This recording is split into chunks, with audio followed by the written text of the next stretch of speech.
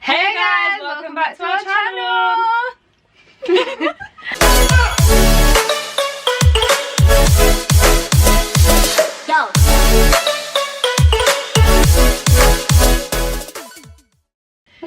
It was a special request from the guest herself.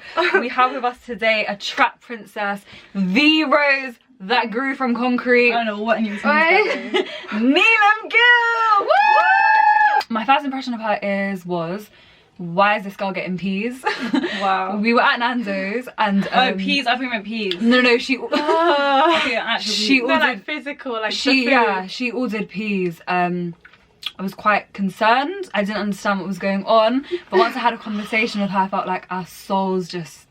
We've been inseparable ever since. Yeah. I'm here's lots but of actually, I waffle. was really nervous to meet Atia for the first time. You're mirroring like I'm not being into No, but I said I need Atia here with me as just like my source of comfort in this, because she actually knows me so well. I'm not even kidding. It's me. I can't remember half the question, so you can Also, start first with the question is obviously simple, like not necessarily simple, but why modelling? You know what? It's crazy because I never like grew up wanting to be a model, but not because I didn't think it's an amazing job, just because I didn't think I could be a model.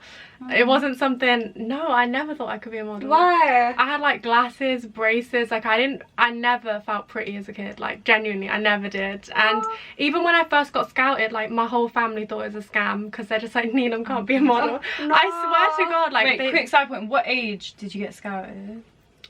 I got signed to my first agency when I was 14, but I would say I probably got scouted around like from like 12 to 14. Oh, so really young. young. And I remember the first time I got scouted, because I'm from Coventry, and I went to the clothes show in Birmingham. We had this thing, I don't know if you guys like have it here, but we used to have this thing at the NEC, and it's a convention where all these brands have their clothes, like Paul's Boutique had a stall and all this stuff.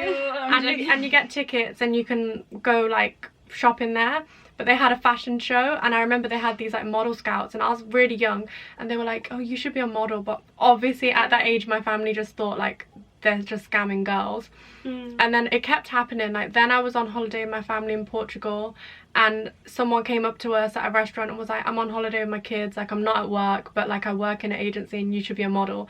And then like my family started to think maybe it's not a scam. Nowadays with social media, I feel like becoming like a model is like more of a known job, but back then like it wasn't. So that's how it happened. It happened by accident. And even when I got signed, I was 14. I didn't start modelling until I was 18, when I'd like got my exams out the way. So even while I was signed, I didn't tell anyone. I was so shy about it because I didn't think people would believe me. So yeah. Okay, I have like a random question.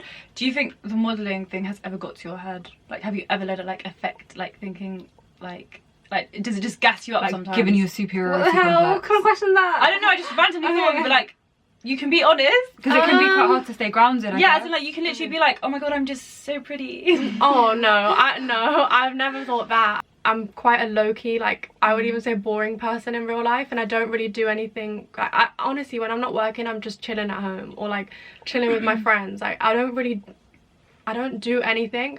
But I think that's because like if you let it, then this industry can get to your head, and it can take you away, because really and truly it's not normal to be like 18 and earning that amount of money, or be 18 and like be in a position where you can take care of people in your life, or anything you want you can have. If you want to fly here tomorrow, you can go there. If you want to buy this, if you want to do this. So I think because I've always had like the same few friends, and they're just real with me, that I never feel like what I do is, I'm proud of what I do, but I don't look at myself as like different to anyone else. Better Like, than anyone else. yeah, like I actually think like there's so many people that I've met, like not just in this industry but just in life, and I've met them, and like I remember being young and meeting certain people that I was really excited to meet, and they weren't what I expected, and I think that's always stuck in my head, and I've always thought like, damn, I hope when people meet me they think I'm nice, or I hope when people meet me, like I'm not someone who wants to make people feel like bad or uncomfortable. So that's always like in my head. I feel like you've achieved that. Like you make people feel quite comfortable straight away. Yeah. Oh no, I got that vibe today. Really? Thank you. Yeah. But then I feel like, what else am I supposed to be? Like I think that's how people should be. Like what else am I supposed to be? Just walk in like... No, but as in, of course that's what you're supposed to be, but then in this People are not industry, like that. it does Not even get... in this day to day. No, not even day to day, but people. in this particular industry, I feel like a lot of people... I don't know, do you know a lot of people who are, you know, to be it's got honest, to their like head. even my friends that are in the industry, that the only reason I can be friends with them is because like they're my real life friends too. Like Yeah. I'm a very private person. I don't have a lot of people in my life, and if I am friends with them and they happen to have the same like profession as me, then we connect. Like I Okay. can't just be fake friends with someone. But as in, you must have met Oh, certain yeah, models of who are course. just completely. Divas. She's not gonna name a shame. Obviously, I'm asking to name, alright. don't name And and you're shame, asking but you to can. end her career right now. Most of the people you meet that have crazy attitudes, they're actually like, not to say they're not successful, but the people who I've met who I thought could act like divas, they're like the nicest people, and I think that's the reason they're still in that position and they're so successful, is because like they have longevity because people want to be around them and they're just nice human beings. So yeah, that's what I've noticed. So you started modelling. Did you have any backlash? Was there anyone opposed to you modelling, or were your family like, go for it? Yeah, like my nanny, like Oh. my nanny and nana, they didn't know I was modelling at the start because they're That's traditional, like they're from Punjab, you know, and even though like they live here, they can speak English, like I still come from an Indian family and you just have certain traditions, and I think I've always been someone like I really tried to focus myself in school. That's why even when I was in school I didn't think of modelling as a thing. Like I just thought, let me try it out for a year and see where it goes. I always planned to take a gap year and do modelling as my gap year and then go to uni, and then I just kept deferring and deferring, never ended up going. But my nanny, when I first started modelling, like actually all my family, we didn't tell her straight away because we thought that she would think it's like in her head, if you say modelling, she would think like glamour modelling. Like honestly, like she Like, what doesn't- do they think it is? Like, no, I don't now really they, it's like glamour now, modelling. no, now they know. But I remember like my mama, like my mum's youngest brother, he's like one of the strictest people in my family. He's like he like really raised me when my parents got divorced, so he's like a father figure to me too. So and the fact that he accepted it, like I know, like okay, he wouldn't let me do anything if it was bad. Okay. And I think they sat her down, like even when I first did Burberry, we didn't tell her, but I think I had something on TV, like I did a documentary for BBC Three, and like he sat her down and like showed me on TV and was like, look what Neelam's doing for work, like since she's been in London. And then she saw it was legit, and then he was like, yeah, and she's like, so what's she been doing? And he was like, she's like the first Indian model for this brand called Burberry, like it's really huge. And she's like, okay, and then she went to the temple the next day and was like bragging to her friends about Blueberry. Like that's where the story came from. Yeah, so Too cute. but to this day, like my family are proud of me, but I think like when I go home, life is just the same. Like I was saying to you guys, I'm oldest of 2 sisters, so even though my family are proud of me, like my life is just normal. Like when I go home, it's like one of my sisters is in uni, one of them's in school. Like I don't know how to explain it. They're proud, but it's not like they're like, They're not like showing you Like, off. sure, no, they're not like they're a show family. Like everyone has their own stuff going on, and like that's the way I like it. When I go home, like it's just normal and just the same. So you mentioned how you were the first Indian model for Burberry. Do you ever feel like pressure for being like one of the biggest South Asian representatives in the industry, or like do you ever face issues of like tokenism and stuff like that?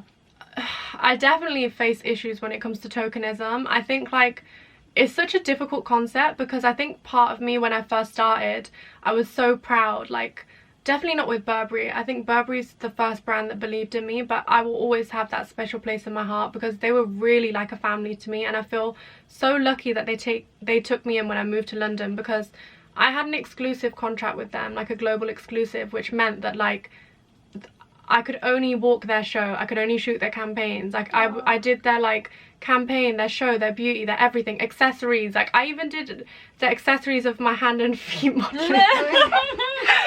I want to see those pictures. Yeah, that's the streets want to see feet. Ashley always makes fun of my feet, so that's why I'm saying it. Bro, she cannot be making fun of no one's feet.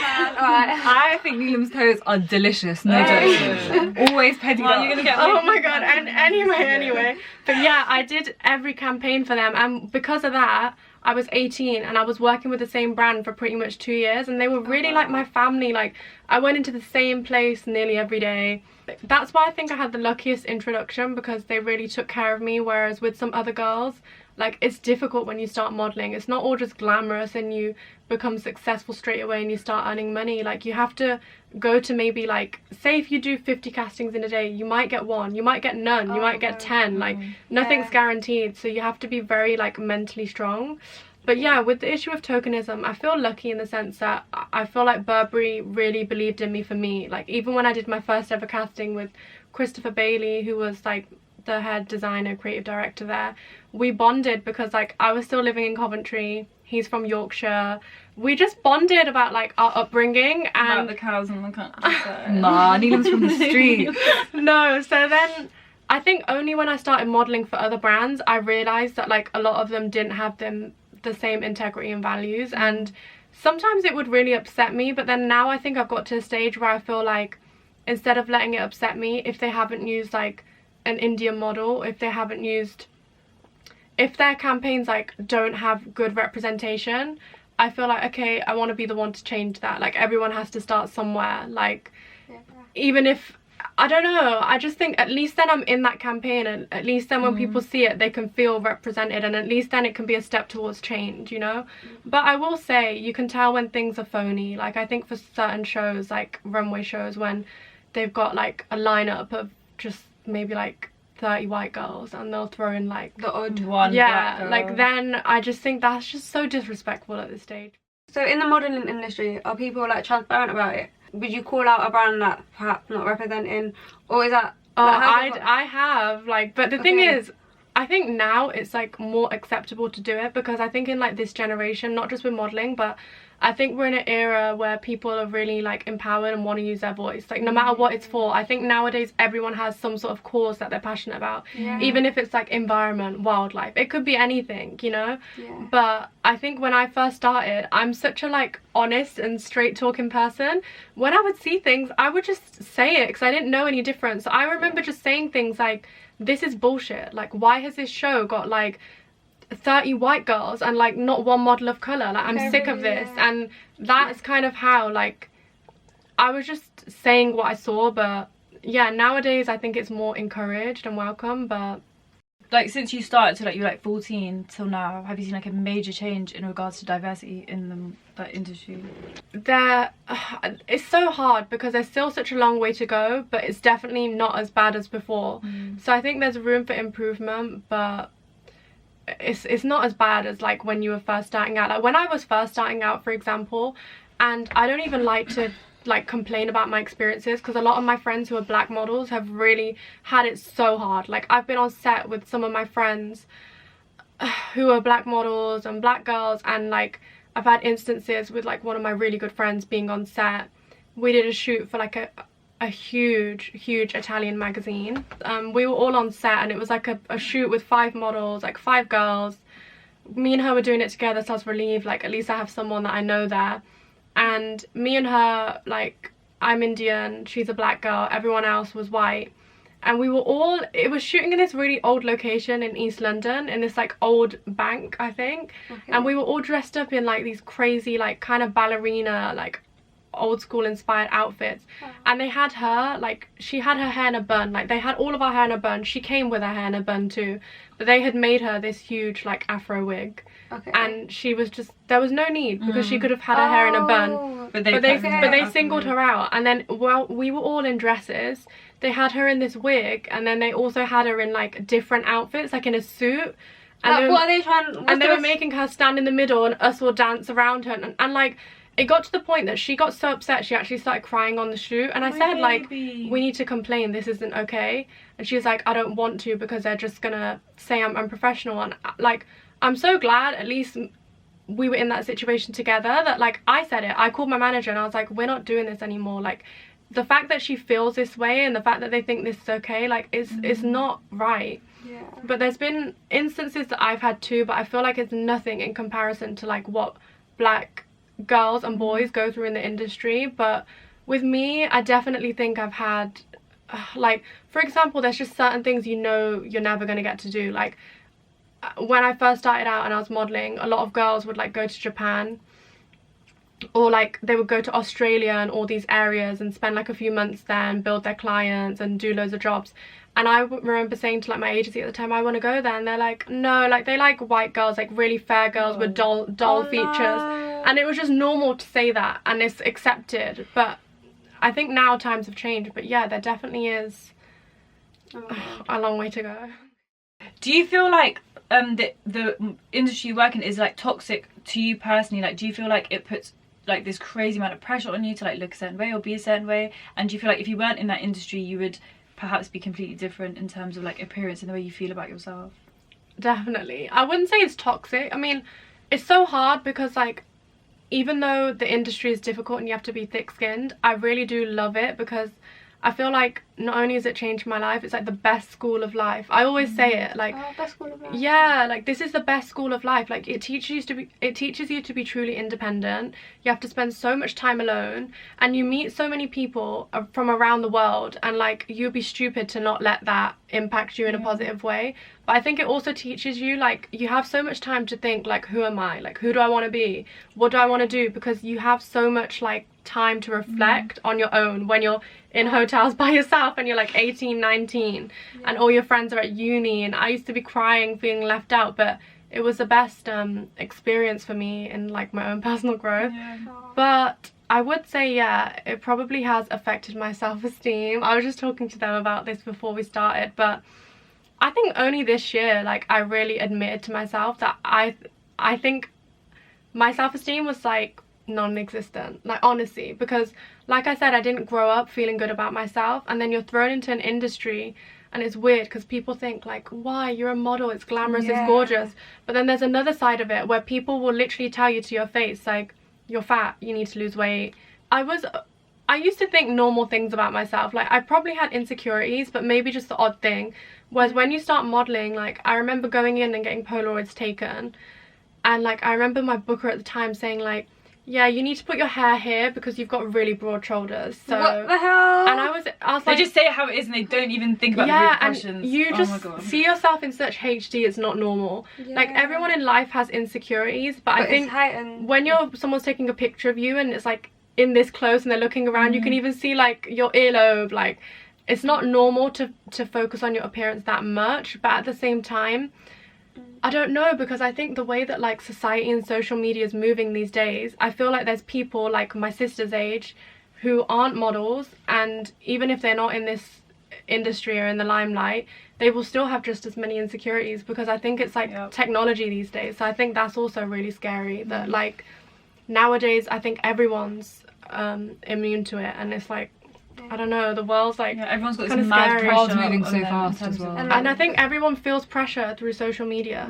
Like, that's why I speak about social media so much, because it makes people feel so bad about themselves. And that's why I always just try and be honest and be like, I don't look like that. Or like, I'm most days, when you come to my house, I'm there with trackies and like spot cream on and just scrolling through and thinking, but I'm thinking the same things, like, oh my god, she's so perfect, or like, oh my god, like, they're so productive. I feel like beauty standards are like always changing. It's impossible 100% to always keep stick up. to one and keep up with them. 100%. Oh, I have another question. Okay. So my second question for you, so obviously being in an industry that's essentially quite superficial, not that you're superficial obviously, but it comes across as that, what do you do to sort of like unwind and keep yourself separated from just being so consumed by like your job, because your job is quite consuming nice spiritually 24/7. and mentally, emotionally? So like, what do you like to do kind of? like in your downtime Yeah. type thing.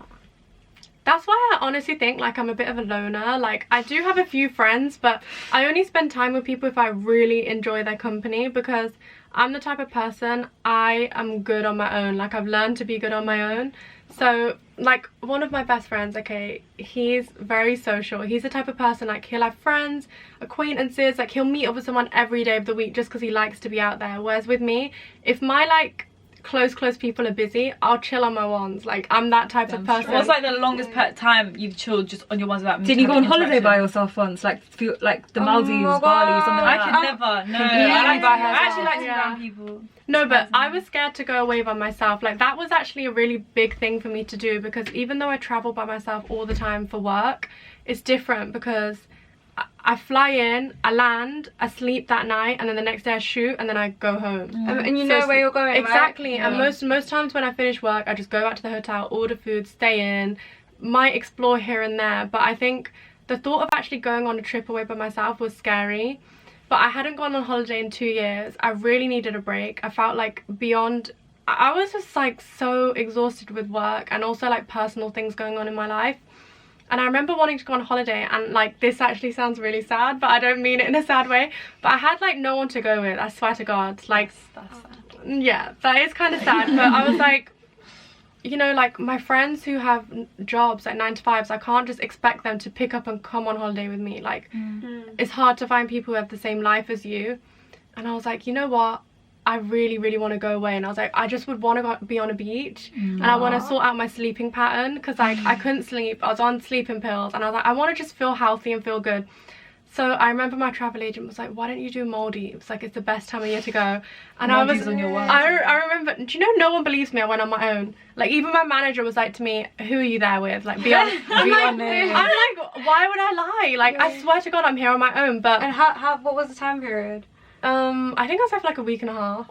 Were you not scared? Like, No, I had the best trip She of was my living her life. best life, I The remember. best trip of my So you life. weren't bored. Yeah, but I bet you were in the Maldives. You would be bored. no, and I remember just thinking, like, even when I flew there, I did feel a bit awkward, because you have to take a seaplane. Like, you land, and then you take a seaplane to the boat, and then the boat goes to the island. And I remember when I was on the seaplane, like, everyone was, like, newlywed couples. And I remember I did feel a bit awkward inside, because Lonely. I've always dreamed of, like, going Maldives, obviously, with, like, a husband. So I was like, oh, I don't want to go Maldives now. Like, but then I thought to myself, you know what? I'm so blessed, like, to even be in the position where I can go now, like, why not just do it? Like, I need to just do it. And it's the best thing I ever did. Like, I had the best trip. I made friends with, like, everyone. Like, I made friends with the guy that used to, like, come and clean my room every day. It's just but it's so interesting That's so talking to nice. him, because, like, he told me he was actually really passionate about, like, graphic design and pictures. And I remember, like, one day on his day off, me and him just went on, like, a boat, and we went all around the island, and he was showing me stuff and, like, telling me about how he's, like, always dreams to go to New York. And it's just, I had experiences that I probably never would have, like, spent that amount of times with a stranger if I was there with someone else. And it's actually so cool to just see that guy and, like, see him living his life, and he was so nice and so welcoming. So, Imagine like, he'd been like a serial killer or something. Oh, I have a question which is so unrelated now. yeah.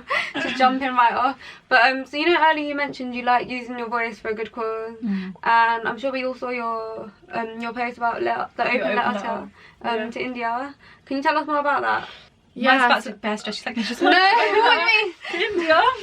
In case she says something wrong about It's just like, So was it open letter to India or Open letter about the farmers in Punjab. So basically, I did a shoot like 2 months ago, and I wanted to do a shoot with like an all Indian team, just because I felt like there's so many people in the industry, especially like in the creative industry, like hair, makeup photographers, that are so talented and don't really get a look in, because it's just difficult. It's like a difficult industry to get into. So I was like, I really want to do something for the community, bring people together.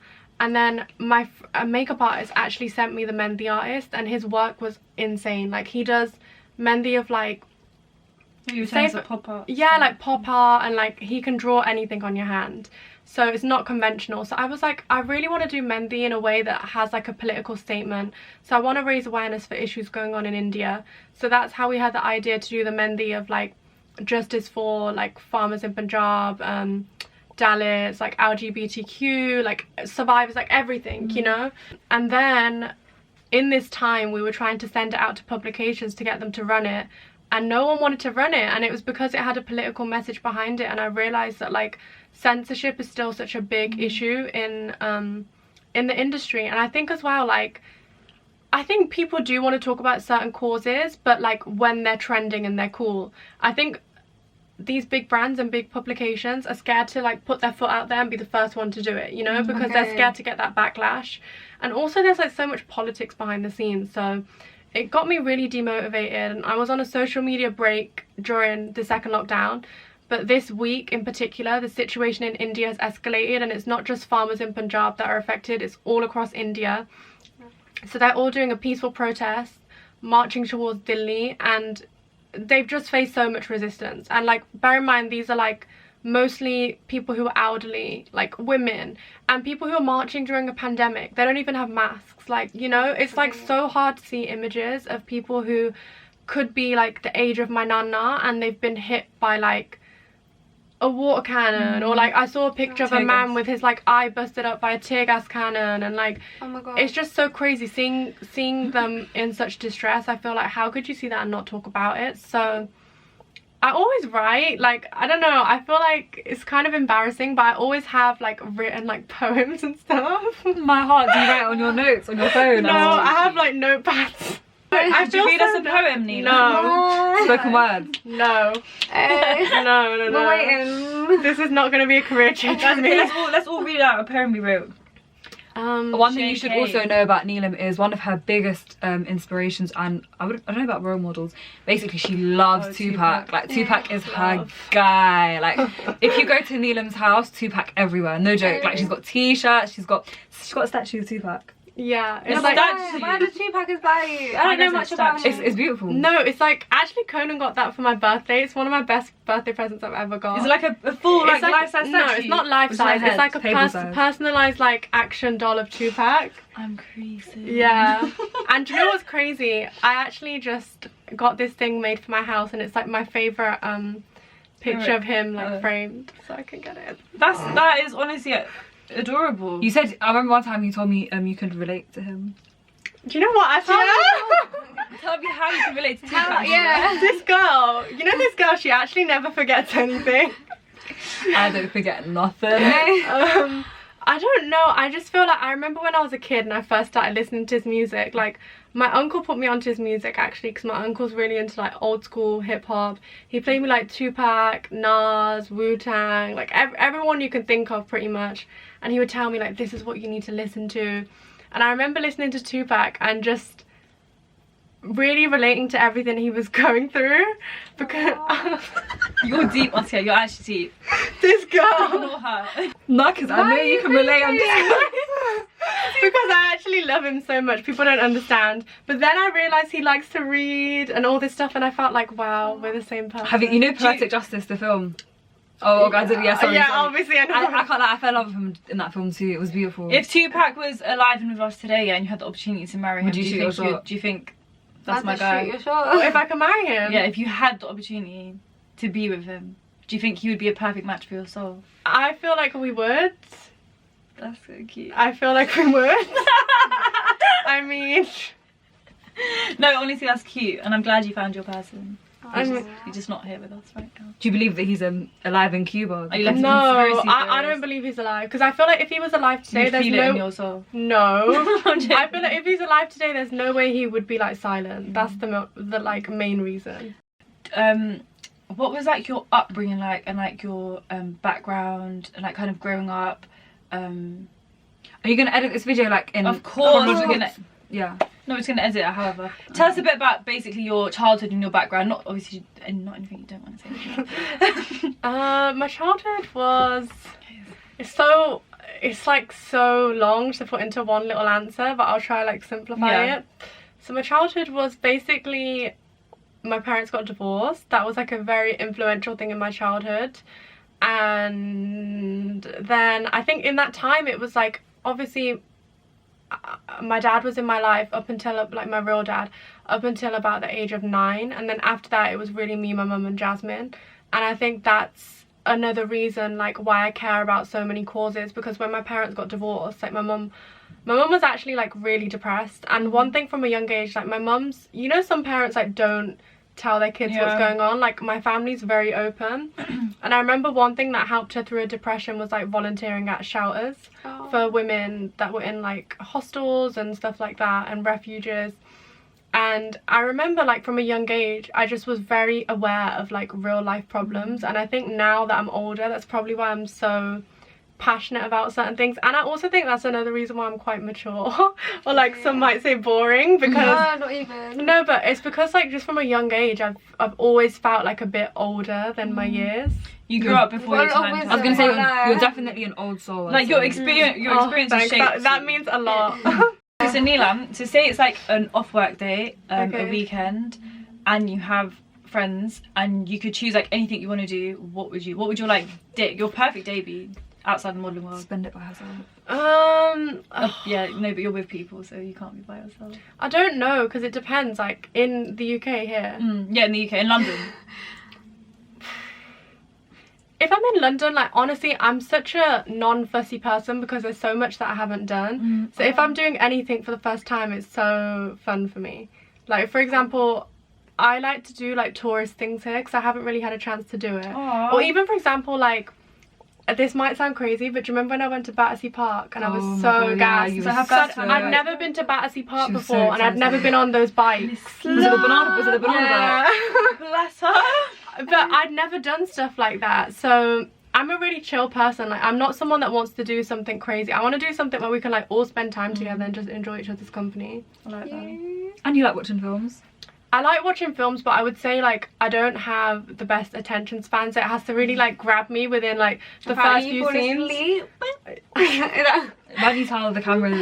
No, do you know what it is? Like I have really bad sleeping patterns, so especially when I'm in a cinema and it's just like the seat is so comfy, like you're just there, the surround sound's on, and I'm just like, Yeah, can't relate. and I hate horror films too, so if I'm watching something scary and I just don't want to see it, I'll just like force myself to sleep because I don't want to see it. So like you're scared of horror films, right? We know that now. I hate them. Like what's your greatest fear, would you say? Like, In life? Oh, that's a bit deep. Yeah. Oh my god, my greatest fear is like So yeah, your greatest... my absolute biggest fear that I've like phobia is snakes. Like I'm petrified of snakes. But when do you To ever the see point, snakes? no, but to the point that like if it's even on TV and like now Okay. I really don't like that. I've noticed like in a lot of music videos and stuff, and even on Instagram, So people keep true. posing with snakes. Like I don't know why they've come back in fashion, So devilish but as like well. I really am petrified of snakes. And do you want to know where it came from? Well, When I was a kid and I went to Punjab, this is actually a crazy story. When I was a kid, I went to Punjab and I didn't go with my mum and dad. Like basically my real dad, his parents were going for a wedding and they were like, Neelam, do you want to come with us? And I was like, a month off school? Like, yeah, I'm going. So I went with them and we went to the wedding, and weddings out there, like they're crazy. They're not like weddings here. Like everyone is invited. Everyone who's in the area, like people just go. So I remember we're waiting to go inside and music started and this guy was standing like in front of us, like literally probably where this camera is, and out of nowhere he had a backpack on. I kid you not, a cobra's head Don't piss me off. popped Oh, God. out of the backpack. And do you want to know the cobras out there? Like they're huge. Like the cobra head was like that big. Like, You're lying. and I was seeing it that up close, and the music came on and it started dancing. It was like dancing and doing oh, all this this is stuff. wedding entertainment. Yeah, and I was so traumatized as a kid. Like I was like screaming and crying and everything. I was only maybe like 7, I think. Oh. And then I remember my aunt had to take me into the bathrooms inside because I was like crying, petrified. And when I went into the bathroom, any person that walked past that like had any type of bag, I was just like scared a snake would come up. Yeah, and like also when I was growing up, like my nana would always tell me stories about like when he's in Punjab and they were like cutting the sugar canes and like they accidentally cut a snake that was in and I'm like, oh my god, I'm so Have you scared. ever had to do a shoot with snakes before? Oh my god, I would refuse, but I had to do one shoot and it was for a really, really big brand, and they didn't tell me it was with snakes. Like my agency didn't tell me, and I went for the fitting a few days before, and then the photographer was like to me, oh, like look how cute he is, and he showed me his phone and it was a picture of a white, do you know the white snakes with the Yeah. red eyes? Oh, yeah. And I actually nearly, I was like The albino snake. and he's like, what do you mean? I know, I was honestly, Wait, I so the one can't you just see like them. plays with the snake? On my body touching yeah, me. I was not like, even I no would do way, that. no way, no amount of money. I'd pass out. Like I couldn't. I feel like I would push myself and try and do it for charity, but even still I'd have to get like hypnotized or something, so I'd be so scared. Because I feel you, that's how I feel about rats. Ugh. My mum's so scared of rats too, she's petrified. But when I moved to London, I'd see them everywhere on the tube, Yeah, so I don't know how. that's mice. Little black No, ones. you see Oh. rats on the tube I've never too, seen like- rats Oh on my the god, tube. if you go to New York, the We rats did. are like dogs We there. went to, oh They're my god, huge. did we see any rats in We didn't New see any York? rats in New York. What are you watching right now, currently, other than that Undoing? Oh, what do you recommend for them to watch on Netflix? Or Right now I'm watching Gangs of London. Which interesting. no, but it's on it's got the guy from Peaky Blinders Oh in it. yeah, oh wait, I I just love realised Peaky the Sky one. Blinders. Oh Yeah, my gosh, yeah, yeah. Is it a documentary or? No, it's I've heard that it's sick. It's I'm amazing.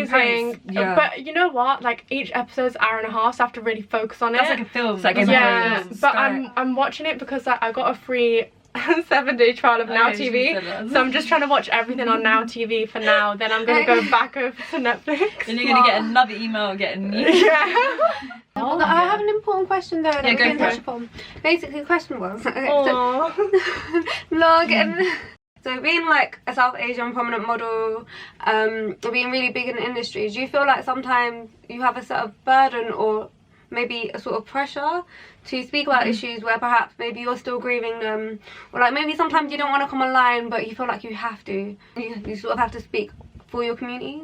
I don't think it's a burden. The only thing that I would say is difficult is like when you make it clear that you will like use your voice and like advocate for people who need it. It's so difficult because you realize that like there's so much work that needs to be done. Like for example, like maybe I started out being passionate about this, but along the way I've realized like there's a whole like list of problems, you know. So I think in that way it just makes me feel pressure but on myself, because I feel like damn, like there's so much I need to do. Like even remember when I did We Day and I had to do that speech at Wembley. Oh my gosh, I was so nervous, but I was thinking like I wish I could say so much on this stage. Like I only have a certain amount of minutes to talk, but like there's so much going on that I wish I could share with people. Like that's, I think, the pressure that I feel. Okay. And I have another question. Well, we got Like, as a model, I don't know how this works, but like, would you want to become a mature model? And like, when does modeling this is expire? such a good question. Yeah, like, how's it work? No, I always think like, you know, now like that I'm young, even though I feel old in my heart, but now that I'm young I don't mind doing all this, because I really do believe like when I'm a mum and when I have kids I just feel like my life will be different. Like who knows, I don't know what path life is going to take me, but I might do the odd job here and there, but I definitely don't want to be like this to be my full-time profession like it is now. I would want to kind of go into other avenues, and I think that's why I'm passionate about other things too, because I don't know, I really see myself going into something for like human rights or standing up for others though, or like even writing, or there's so many other avenues, but I don't think I'd be able to do this job like my whole life, because it would take too much of a toll on yourself. And I feel like when I have kids, like I want to be the most like present mum, and I also and I also feel like it's really important, especially like kids in today's generation, that they grow up and they're allowed to be kids. And I feel like if I was still in this industry,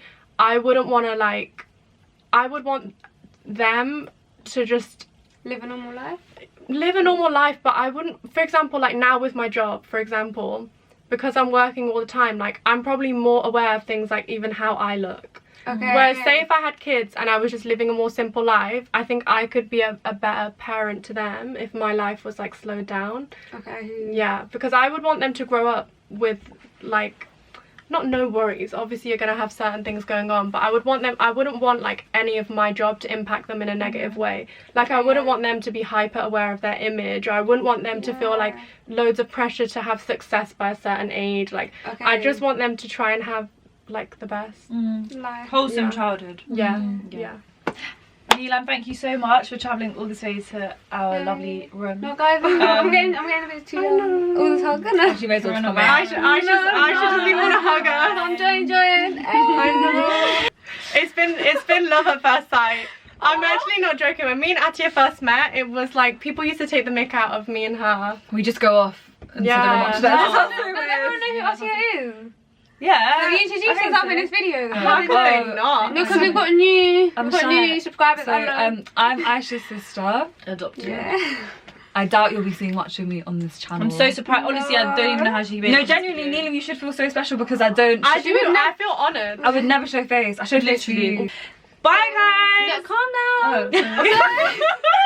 I forgot what we say. I'm like, are we saying bye? Are we talking? I don't know what we're doing. No, Neelam, any last words? Any message? Any advice for the viewers about life?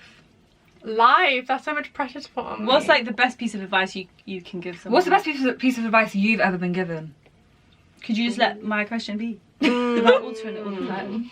The best piece of advice I could give is the advice I gave to you earlier today. So many of us, like me included, we spend so much time stressing about our lives or little bits and bobs. Like we can't help it. It's just the society we live in and the world we live in.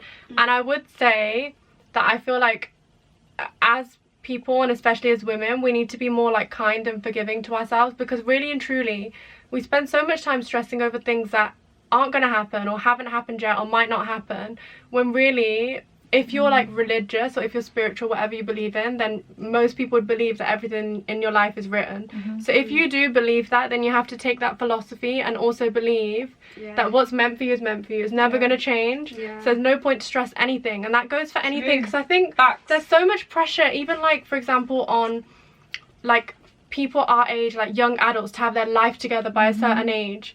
And I've noticed it's a pressure in a lot of people. Like, you might have come out of uni and you've done a really good degree and it's hard to get a job, or you might like not have gone to uni and you don't know what your passion is, or whatever it may be. And I think, and that's definitely not you, Miss like gap year, Miss Gap Life. I know, but my point is that we like put so much pressure on ourselves to have everything together, and I feel like we just need to let things be more and enjoy the moment, because life will go by very fast. And that's something that makes me sound very old, but it's true. It's true. It's good advice. I agree.